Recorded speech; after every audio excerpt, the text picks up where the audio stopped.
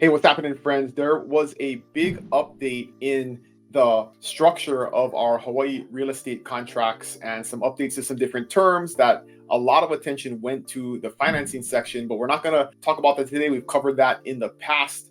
We're going to talk today about the closing section because there was one very significant and one kind of significant change to the section about closing and close dates.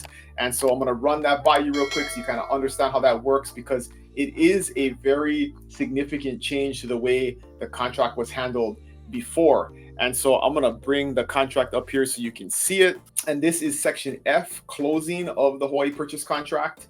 And the first change, which doesn't seem like a big deal, but they changed the word shall to the word will in when the closing date is going to be. Obviously, the closing date is an important date that you want to meet in a purchase contract, but in the past, people would interpret what shall meant, and that was a point of debate. So to eliminate that, they changed it to the word will. So the closing date will be whatever date you put into that field. It could be a hard date, or it could be 30 days from acceptance, 45 days from acceptance. So that date will move based on when the purchase contract is actually ratified, versus if you put a hard date in there and it takes a week or two to negotiate the contract, now you have a shorter timeline from when the contract is accepted to when you have to close. And so it's always a good idea to do it from the acceptance date, so you know you have 30, 45, 60 days from acceptance in order to close. So that's not a huge deal, one word, but it is a little bit significant. So the second one is in F3, paragraph F3, the change to the closing date.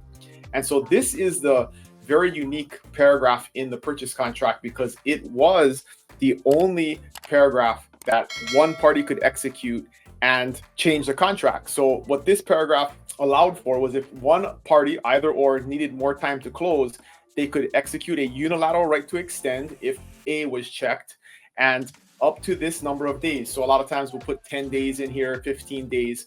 And so one party could elect to extend the contract up to that many days without the other party's signature. It was an automatic unilateral right to extend. But what was significant about it was you could only do it once. So it couldn't be the buyer does it once and the seller does it once. One party could only use it one time. And so in a hot market, sometimes what they would do is a seller would execute this for one day, so a buyer could not extend, and then the buyer would then be out of contract, and a seller could cancel on them and then go take a better offer if it was a really hot seller's market. We're beyond those days, but that is one example of how that would be used to the detriment of the other party. Going forward, the significant change to this is either party can use this up to the total number of days. So if a buyer needed 5 days and they executed this for 5 days, and you had a 10-day extension in here, and then the seller needed a little extra time to move out, they could execute it for an additional 5 days. And either party just has to sign by themselves, and this provision will take effect. So now both parties can exercise this once.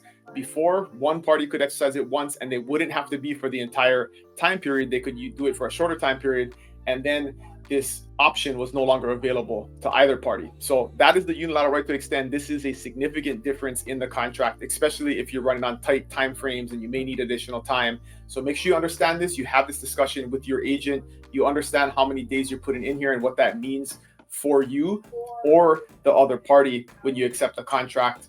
And if you check B, time is of the essence. There is no automatic right to extend. There is no extension. You have to negotiate, and both parties would have to sign for any type of contract extension. So this is the most significant change outside of the financing section of the new purchase contract. If you have any questions, you can always email me at dylan@5bigisland.com, or there is a link to book a meeting in the description below. Always appreciate you guys watching. Let me know if you have any questions. Have a good one. Aloha.